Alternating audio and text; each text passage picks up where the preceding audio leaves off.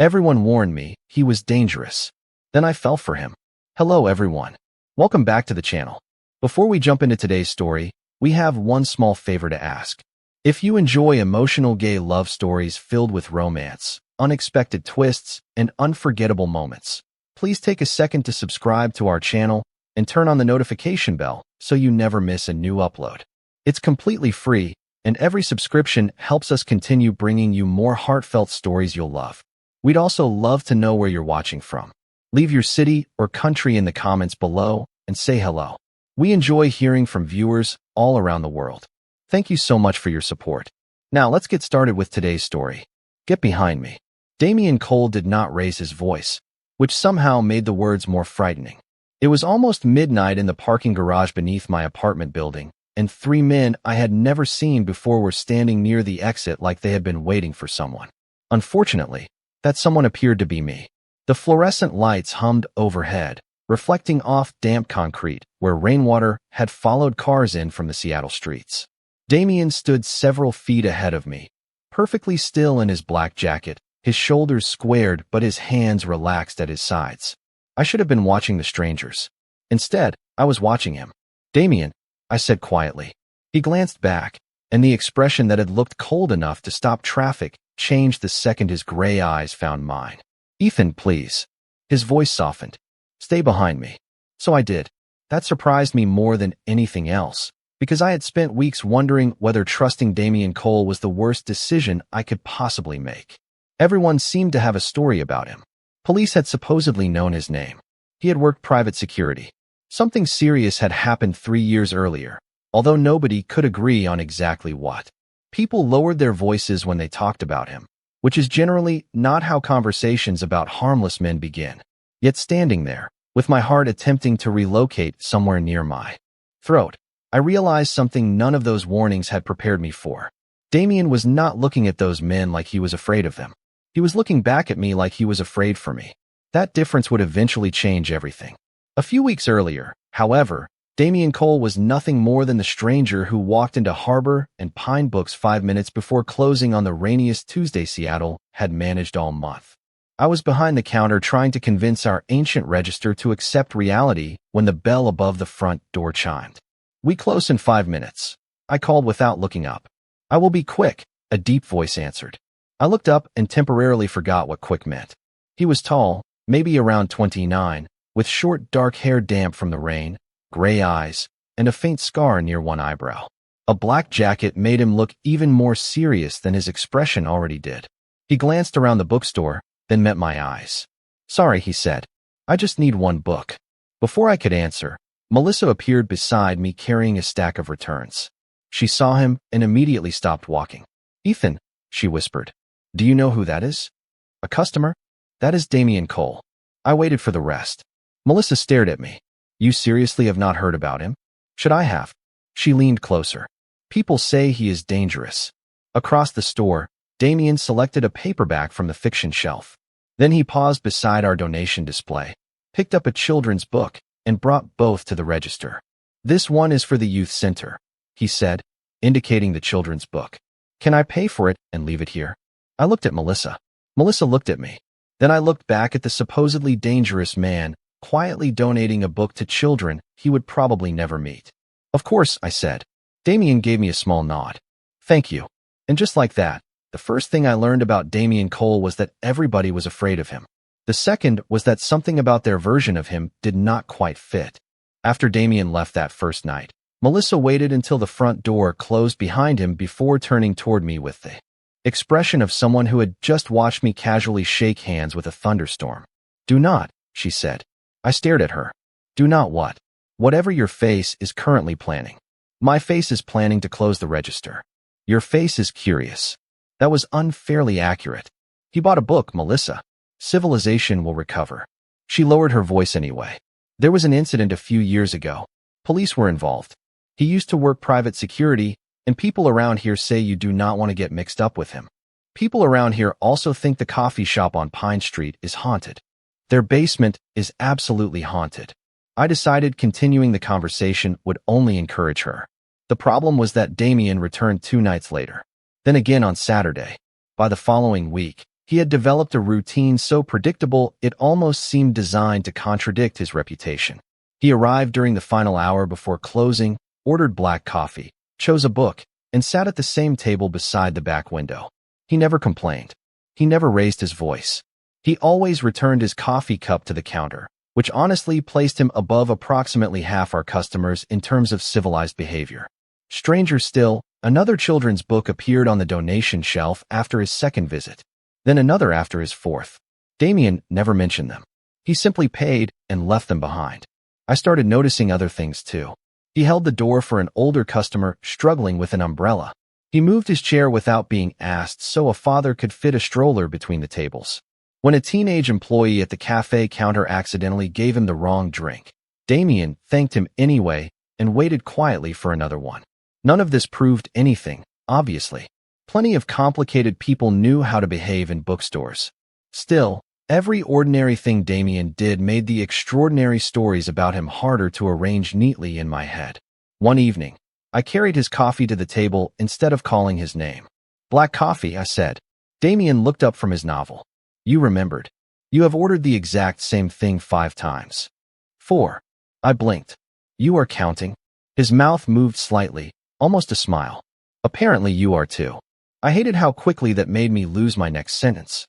"Occupational awareness," I said finally. "Very professional. Extremely."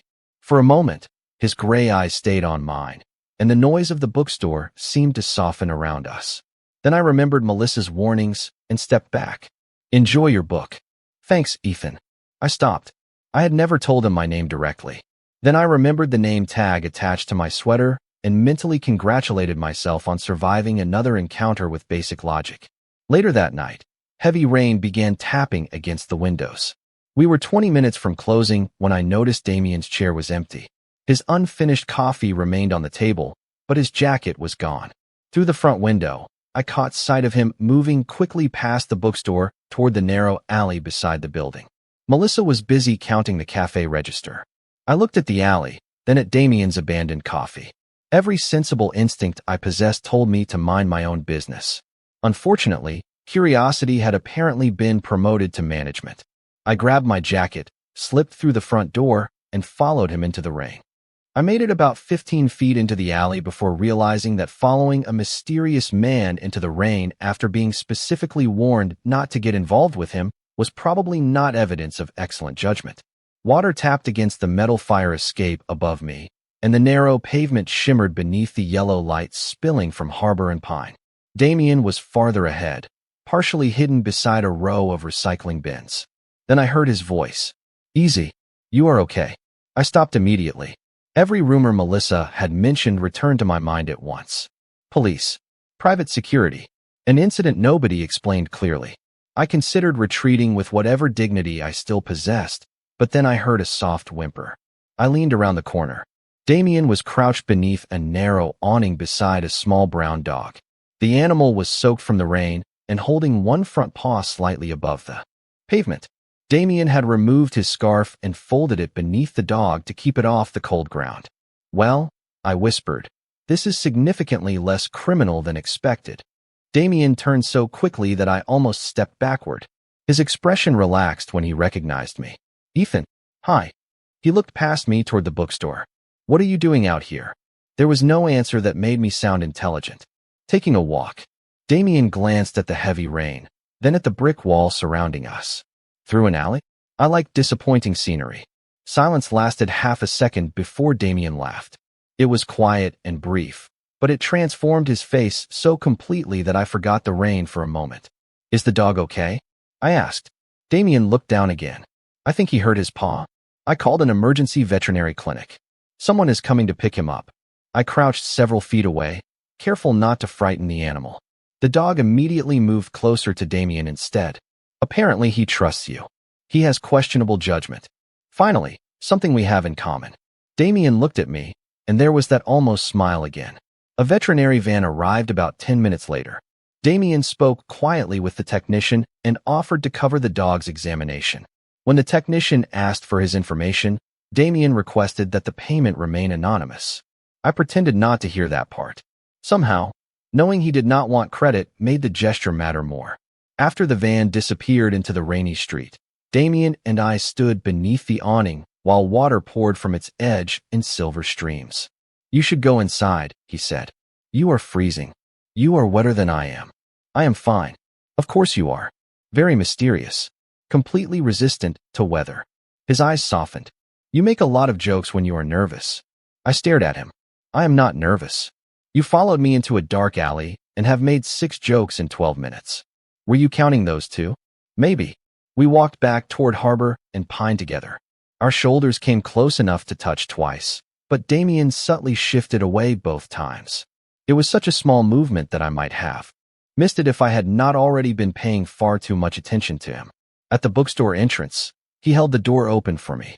I stopped before stepping inside. "Damien, can I ask you something?" His expression changed immediately. "You are going to anyway. Why is everyone afraid of you?" The humor disappeared. Rain filled the silence behind us. Damien looked toward the street, then back at me. For the first time, I saw something beneath all that calm that looked almost like regret. Because some stories start with the truth. Before I could ask what that meant, he walked inside, collected his book, and left. I watched him disappear into the rain, realizing that I had followed him looking for proof that everyone else was right. Somehow, I had returned with even more reasons to question them. For the next 4 days, Damien did not come back to Harbor and Pine, and I discovered that curiosity becomes considerably more annoying when the person responsible for it disappears. Every time the bell above the front door chimed, I looked up automatically. Every time it was not Damien, I returned to work with what I considered professional dignity and what Melissa described as obvious disappointment. "You miss him," she said Thursday evening while organizing coffee cups. "I miss having customers who put their cups back. You have checked the doors 7 times in 20 minutes.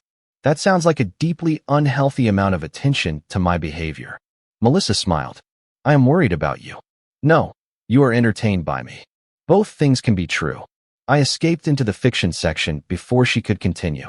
Damien finally returned Saturday night, 10 minutes before the weather turned from ordinary Seattle rain into something that looked personally offended. He walked through the door wearing his usual black jacket, rain shining in his dark hair. Our eyes met across the bookstore. "You disappeared," I said when he reached the counter. The words escaped before I could stop them. One eyebrow lifted. "Did I?" "For days." "Excellent, Ethan." Nothing communicated emotional independence quite like providing an exact count. Damien's expression softened. "You noticed?" "We track suspicious customers." "Very professional." "Extremely." I made his black coffee without asking. He watched me place it on the counter. "You remembered again. You are committed to making this the easiest order in Seattle." He almost smiled. Then thunder rolled somewhere outside. The windows trembled, and every light in Harbor and Pine went dark. I heard myself sigh. Perfect. Emergency lights flickered on near the exits, covering the bookstore in dim amber. Damien switched on the flashlight on his phone. "Are you okay?" "Absolutely. Being trapped in a dark bookstore during a storm is how every sensible evening should end." Melissa had already left to catch her bus, and a city alert on my phone warned people to avoid several nearby streets because of fallen branches and temporary flooding. Damien could not safely leave, so we waited. I checked the doors, pretended to organize things for approximately 2 minutes, then gave up and sat on the floor beside the fiction shelves. Damien sat several feet away. Rain drummed against the windows. Without customers, music, or coffee machines filling the silence, the bookstore felt completely different. "Can I ask you something?" I said. "You usually do." "What you said in the alley." Damien's face became still. "About the stories." He looked down at his hands. "Ethan, I am not asking because Melissa told me something. I am asking because you did." His eyes returned to mine. "Are the stories true?" Several seconds passed. "Some of them." The answer was calm, without excuses. "That is not especially reassuring." "It was not supposed to be." I studied him. "Then why keep coming here?" Damien looked toward the dark windows. "Because I like the bookstore." "Just the bookstore?" His gaze moved back to me, and suddenly my joke did not feel like a joke anymore. "No." My heartbeat changed in a way I deeply resented. Damien stood, and I followed because sitting suddenly felt impossible. We were closer now, separated by only a few feet of shadow and amber light. "You should be more careful around me," he said quietly. "You keep telling me what I should think about you." I am trying to make this easier. For me. He held my gaze. For both of us. Neither of us moved. For one suspended moment, I thought he might step closer. Instead, Damien deliberately stepped back. The distance returned, but somehow it felt more intimate than before. This, he said softly, is exactly why I should stay away from you. At that exact moment, the bookstore lights came back on, bright and ordinary, while absolutely nothing between us felt ordinary anymore. After the lights came back on, Damien left Harbor and Pine with a quiet good night and enough emotional distance to make me wonder whether I had imagined everything that happened in the dark. Over the next 2 weeks, he kept coming back, but we both became impressively skilled at pretending nothing had changed. I made his black coffee. He read at his usual table. We discussed books, Seattle traffic, and whether pineapple belonged on pizza, while carefully avoiding the one subject sitting between us like an unpaid bill. Then, on Thursday night, Damien never showed up. I closed the bookstore shortly after 10 and walked the 3 blocks toward my apartment building. The rain had stopped, leaving the streets glossy beneath the city lights. I entered the underground parking garage and was halfway toward the elevators when a man near the exit said my name. Ethan Miller? I turned. 3 unfamiliar men stood several yards away. My stomach tightened. That depends. Are you here to tell me I want something? Nobody smiled. Apparently my humor had finally met its natural predator. One of the men glanced toward the elevator. You work at Harbor and Pine. It was not a question. I took one careful step backward. I think you have the wrong person. No, he said. We do not.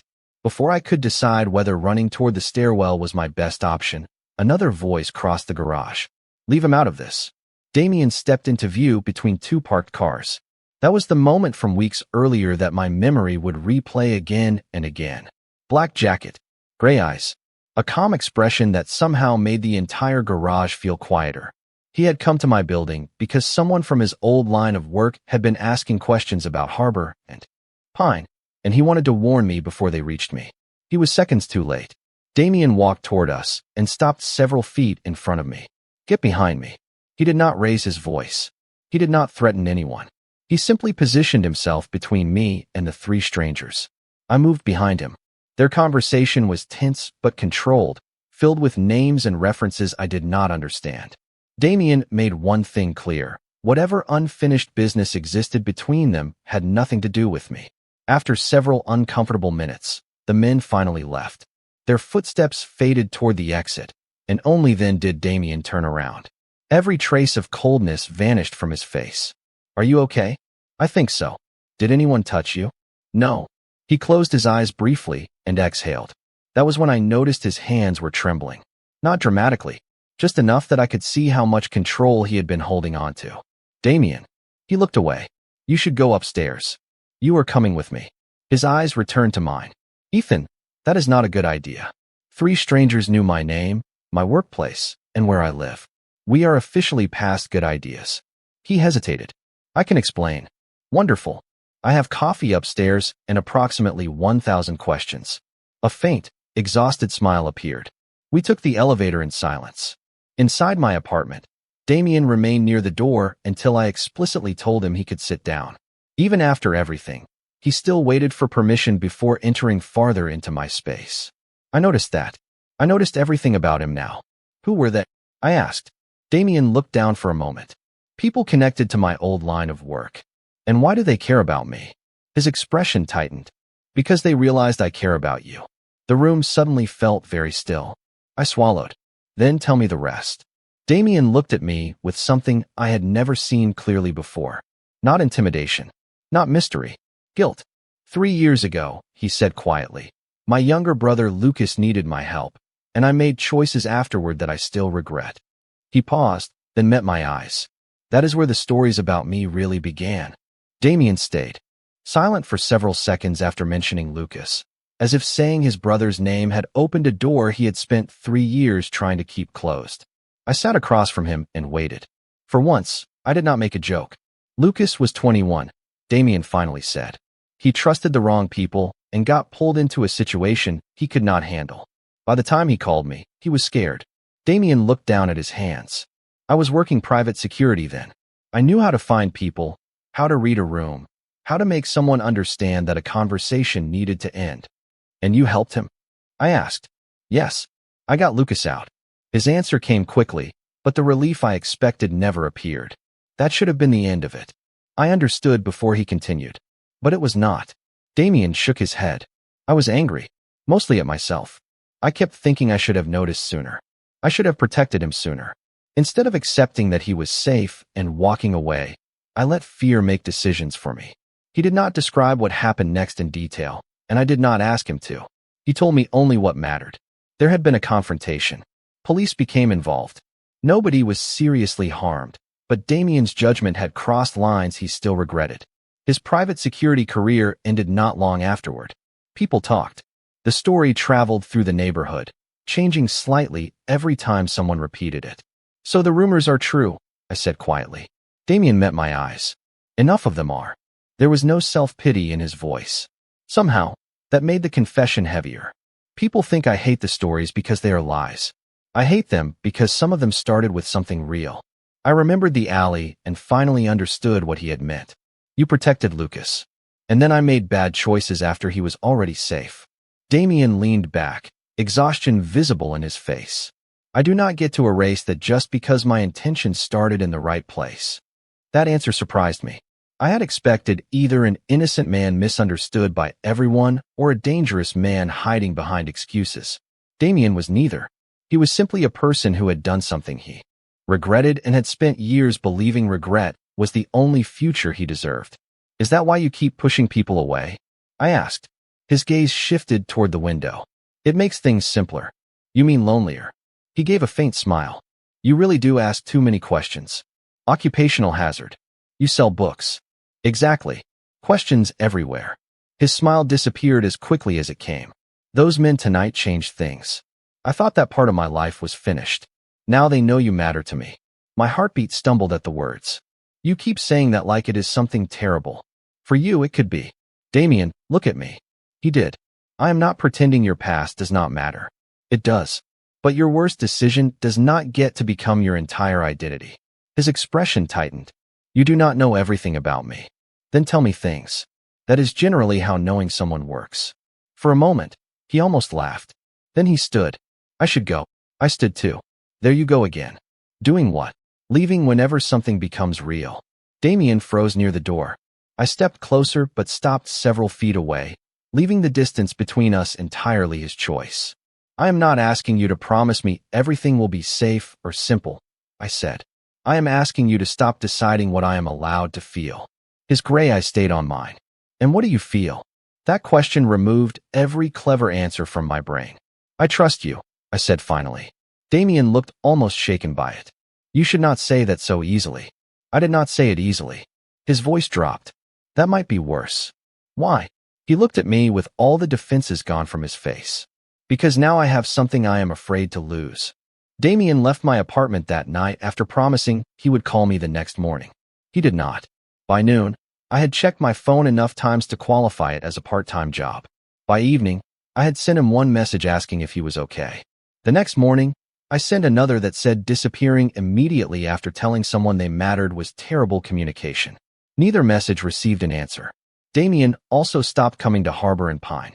His usual table remained empty. His black coffee remained unmade. And every time the bell above the front door chimed, I looked up before I could stop myself. You are doing it again, Melissa said on the third morning. Doing what? Pretending you are not waiting for him. I stacked 3 books with unnecessary concentration. I am not waiting. You almost looked personally offended when the delivery driver walked in. He was 20 minutes late. Melissa gave me a look, but wisely let the subject go. That afternoon, a tall man with fair hair entered the bookstore and walked directly toward me. Something about his gray eyes felt immediately familiar. Ethan Miller, he asked. I stared at him. Apparently everyone in Seattle knows my full name now. He gave a tired smile. I am Lucas Cole. My hand stopped moving. Damien's brother. Yeah. We sat at a table near the cafe. Lucas wrapped both hands around a cup of coffee, but barely touched it. Damien left Seattle yesterday morning. For several seconds, I genuinely thought I had misunderstood him. He left. He thinks the people who approached you will stop paying attention to you if he is gone. Anger arrived before heartbreak had time to organize itself. Of course he does. Lucas raised an eyebrow. You sound like you know him pretty well. Apparently not well enough to convince him that disappearing is not a personality trait. That earned a small laugh. Then Lucas reached into his coat and placed a paperback on the table. I recognized it immediately. I had recommended it to Damien 2 weeks earlier. He left some things at my apartment, Lucas said. I thought you should have this. I opened the book. A folded sheet of paper slipped from between the pages. On it was a handwritten list of titles. Every book I had recommended to Damien since we met. Besides, several titles were short notes. Ethan was right about the ending. Ask Ethan why he hates this character. Ethan said Chapter 9 was worth waiting for. He was right again. I read the list twice before trusting myself to speak. He read all of them. Lucas nodded. My brother does not let people into his life easily. But when he does, he remembers. Everything. I folded the paper carefully. Where did he go? Lucas hesitated. He mentioned Portland before he left. I checked the bus schedule. There is an 11:30 departure tonight, and knowing Damien, that is probably the one he booked. I looked at the clock behind the counter. 10:46. You have got to be kidding me. Lucas almost smiled. That was approximately my reaction. I grabbed my jacket and ran outside. Seattle traffic chose that exact evening to become a personal enemy, so I abandoned my rideshare 2 blocks from the terminal and covered the remaining distance on foot through cold drizzle. I reached the departure area at 11:25, breathless and damp, and saw Damien standing beside a dark duffel bag near the Portland gate. He looked up. The moment he saw me, every trace of color seemed to leave his face. Ethan, I walked toward him, holding the folded reading list in my hand. You left. Damien's expression tightened. You should not be here. I stopped directly in front of him. You really need to find a new sentence. I am serious. So am I. The boarding announcement sounded overhead. Damien glanced toward the gate, then back at me. I am trying to protect you. By disappearing? By removing the reason those people noticed you. I held up the reading list. His eyes dropped to it, and suddenly the intimidating Damien Cole looked genuinely embarrassed. You read every book. That is not important. It is to me. His voice softened. Ethan, no. You do not get to decide that I matter to you, and then disappear before I get to decide what you mean to me. The terminal seemed to go quiet around us. Damien looked at me like staying was the one thing he wanted and the one thing he believed he could not allow himself to do. If I stay, he said, I cannot promise this will be simple. I stepped closer. I never asked for simple. His eyes held mine. Then what are you asking for? I tightened my hand around the folded paper. The chance to make my own choice. The boarding announcement sounded again, and Damien looked toward the Portland gate, as if 30 feet of polished terminal floor had somehow become the longest distance in Seattle. You do not understand what you are choosing, he said. Then explain it to me without choosing for me. His eyes returned to mine. Those men found you because of me. I know. They knew where you worked.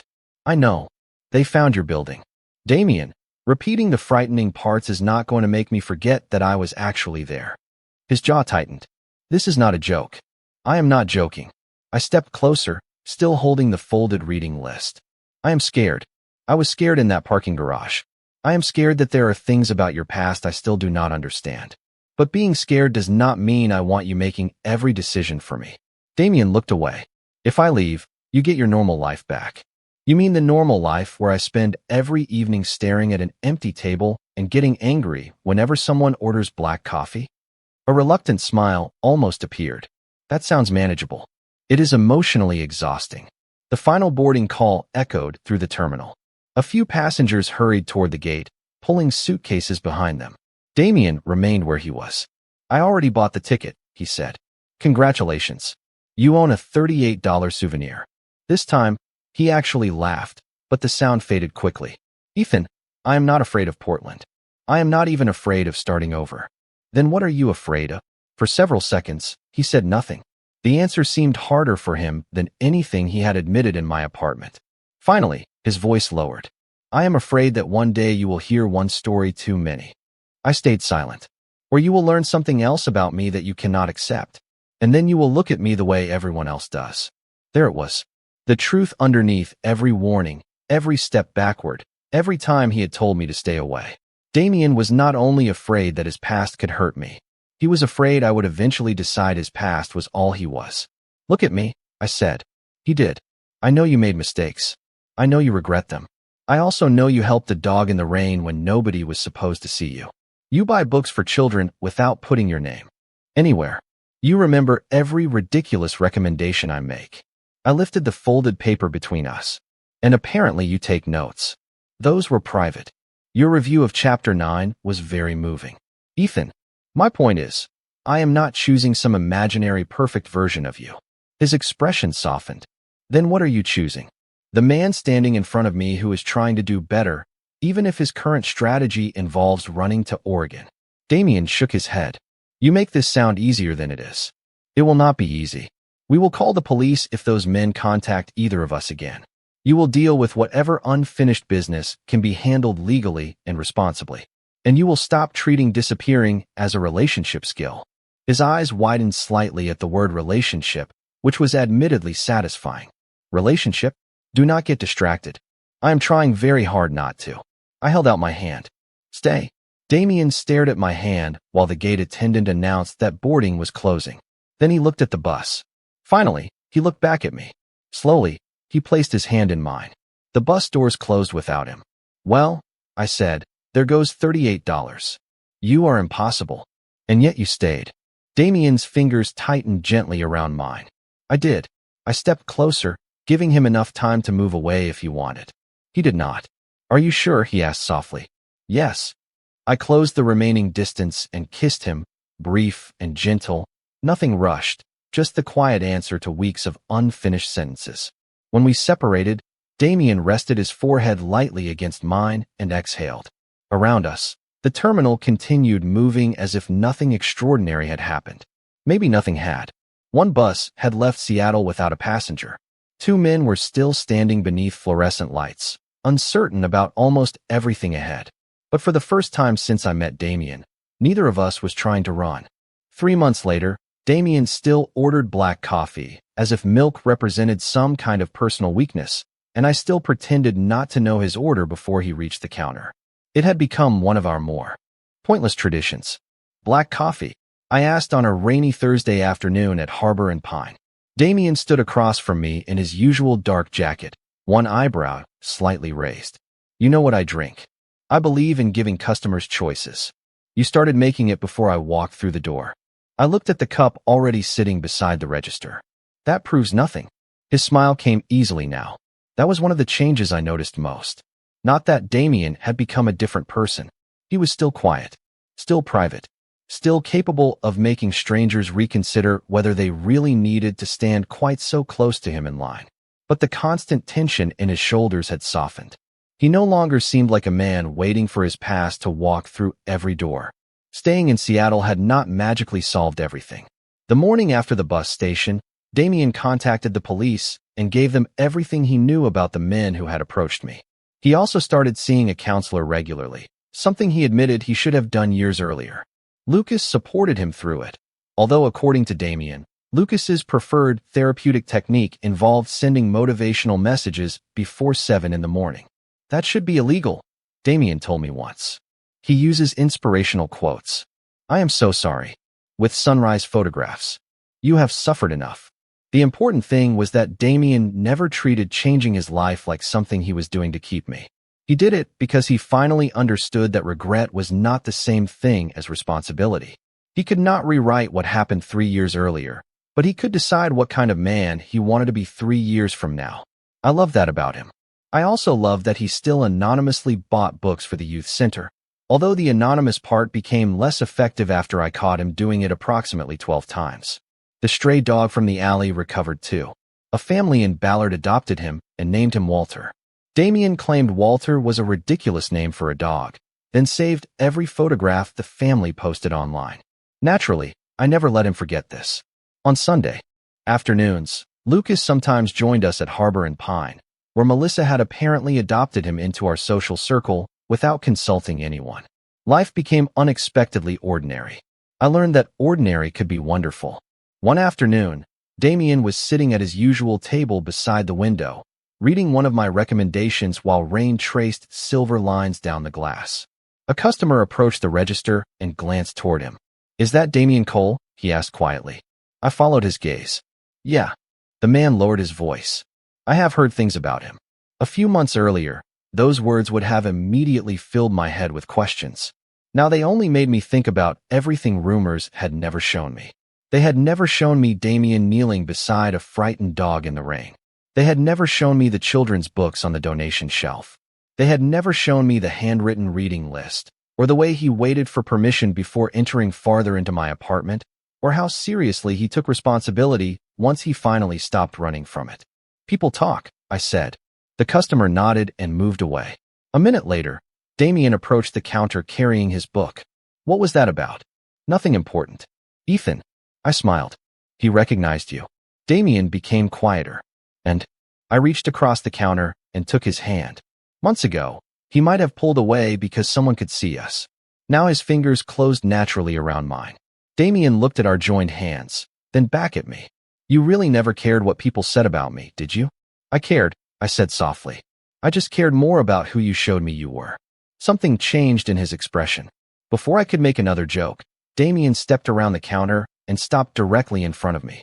His hand came gently to the side of my face. Ethan. The way he said my name made my heart race. Then he kissed me. This time, it was nothing like our first careful kiss at the bus terminal. There was no hesitation, no fear, no part of him preparing to pull away. I caught the front of his jacket and pulled him closer, and Damien wrapped an arm around my waist as the kiss deepened, warm and breathless, carrying everything we had spent months learning how to say.